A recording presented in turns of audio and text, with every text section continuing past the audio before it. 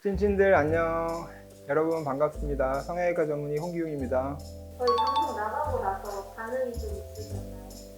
여러분들이 좀 이렇게 자유로운 분위기로 해주셔서 그런지 의학적인 내용이지만 다른 분들이 봤을 때 더 재밌게 하는데 세미나나 학회 가서 강의할 때도 그렇게 하시래 왜 안 그러냐고. 제가 또 남 지적질을 많이 하다 보니까 사람들이 제가 말을 하다가 좀 이렇게 실수를 하나라도 하잖아요. 엄청 좋아해요.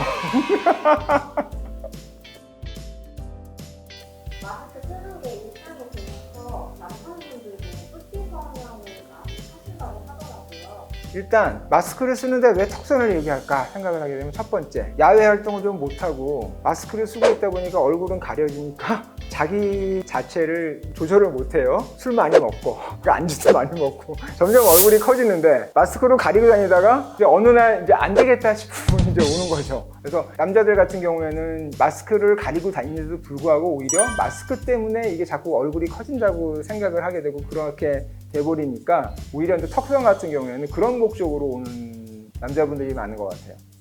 남자 뿌띠 성형은 여자 뿌띠 성형과 또 다른 차이점이 있을 것 같아요. 선호하는 시술 부위라던가 방법, 트렌드라든지. 턱선을 말할 때 여자들은 갸름하게 해주세요, 작게 해주세요. 남자는 좀 날렵하고 또렷하고 어느 정도는 각이 주면서도, 왜냐면 우리 자체가 약간은 갸름해지다 보니까 이제는 더 작게 하려는 목적보다는 남자답게 멋있는 쪽에다 선호하는 거지 중성 느낌? 이런 쪽은 많이들 선호하지 않는 것 같아요. 오히려. 남성분들이 날렵한 턱선을 많이 원하시지만 그걸 방해하는 게 있다고 하더라고요.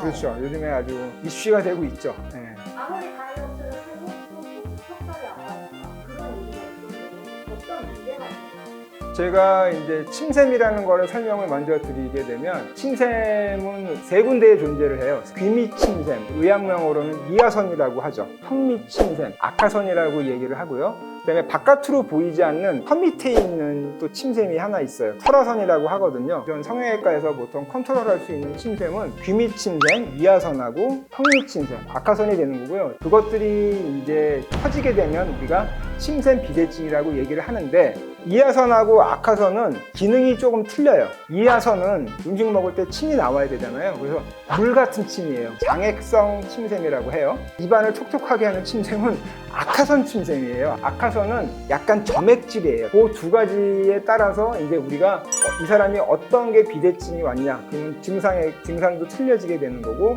그 다음에 시술 방법도 달라지게 되는 거죠.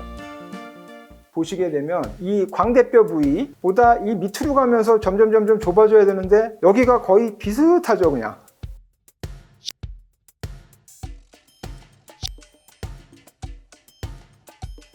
살쪄서 그런가 보다 라고 오해할 수도 있는데, 지금 이분을 자세히 보게 되면 사각턱 근육이 있는 이 부분은 약간 홀쭉하게 들어가 있어요. 그런데 여기는 홀쭉해졌다가 이 뒤에가 불룩한 거죠. 귀 밑에 있는 이하선, 이 부분이 이렇게 불룩하게 나와 있는 거죠. 이게 다 지방인 줄 알고 이제 그걸 지방을 어떻게 하면 좋을지 이런 목적으로 이제 이분도 오셨던 거죠. 이 부분이죠, 다.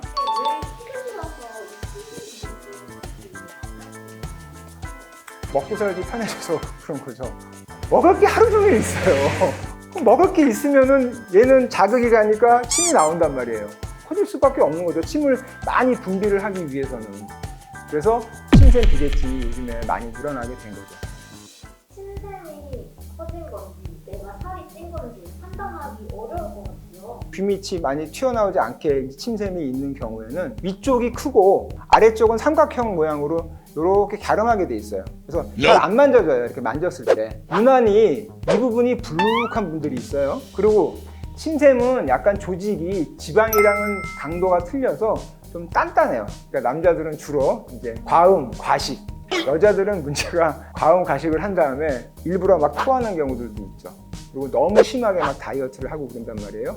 내가 자꾸 입안을 건조한 환경을 만들게 되면 자꾸 세균 번식이 되고 문제가 생기니까, 그러면 이 악하선이 점점 커지게 되는 거죠. 남자의 경우하고 여자의 경우하고 이하선하고 악하선의 비대증의 이제 퍼센테이지가 분포가 조금 다르다는 거 재밌는 거죠. 그러니까 남자들은 과음 과식을 좀 하지 말아야 되고, 여자분들은 너무 다이어트를 그냥 심하게 했다가 먹었다가 그냥 폭식했다가 또 뭐 일부러 토하는 분들, 이거 아주 안 좋아요. 여러 가지. 보톡스 효과가 침샘 자체를 보톡스가 줄여주는 게 아니라 신경의 길을 차단하는 게 보톡스거든요. 안면신경의 길을. 그러면 차단했던 길이 언젠가는 뚫리겠죠. 이거를 반복해서 몇 번을 계속 하다 보면 침샘이 제 역할을 못하게 되면서 조금씩 이제 쪼그라드는 거죠. 그렇게 이해하시면 됩니다. 입안을 건조해지고 세균이 진행해서 분치가 심해지거나 소화가 안 된다. 이런 이야기들이 주장되고 있더라고요. 그 이하선, 우리가 흔히 남자들 이제 귀 밑이 불룩한 침샘을 갖다가 너무 과하게 톡신을 놔가지고 줄여줬을 경우에는 침샘 분비가 덜 되니까 소화가 좀 안 된다. 그런 거는 맞겠죠. 근데 그 나머지 너무 입안이 건조해진다. 이런 거는 조금 이제 이하선의 기능하고는 안 되는 부분이고요. 뿌띠 성형을 고민하고 계시는 남성한다고 이렇게 하고 싶은 게 있으세요? 수술을 할 때 여자들은 이제 수술한 부위가 좋아질 때까지 약간 가릴 수도 있잖아요. 화장도 하고 헤어스타일이라든가 이런 걸로. 근데 남자들은 그게 아니다 보니까 저도 사실 함부로 막 권하기가 좀 그렇더라고요. 그래서 뭐든지 이제 시술을 할 수 있는 부분은 그런 걱정이 없으니까 좀 그런 부분에 있어서 뿌띠 성형을 훨씬 좋게 생각하고, 제가 하는 시술로서 오히려 효율적으로 본인 얼굴들을 훨씬 이미지를 좋게 할 수 있으니까 언제든지 용기 내서 오셨으면 좋겠어요. 뭐 제가 말씀드린 게 좋다면 여러분들이 좋아요, 구독과 함께 댓글도 많이 남겨주시기 바랍니다. 고맙습니다. 안녕.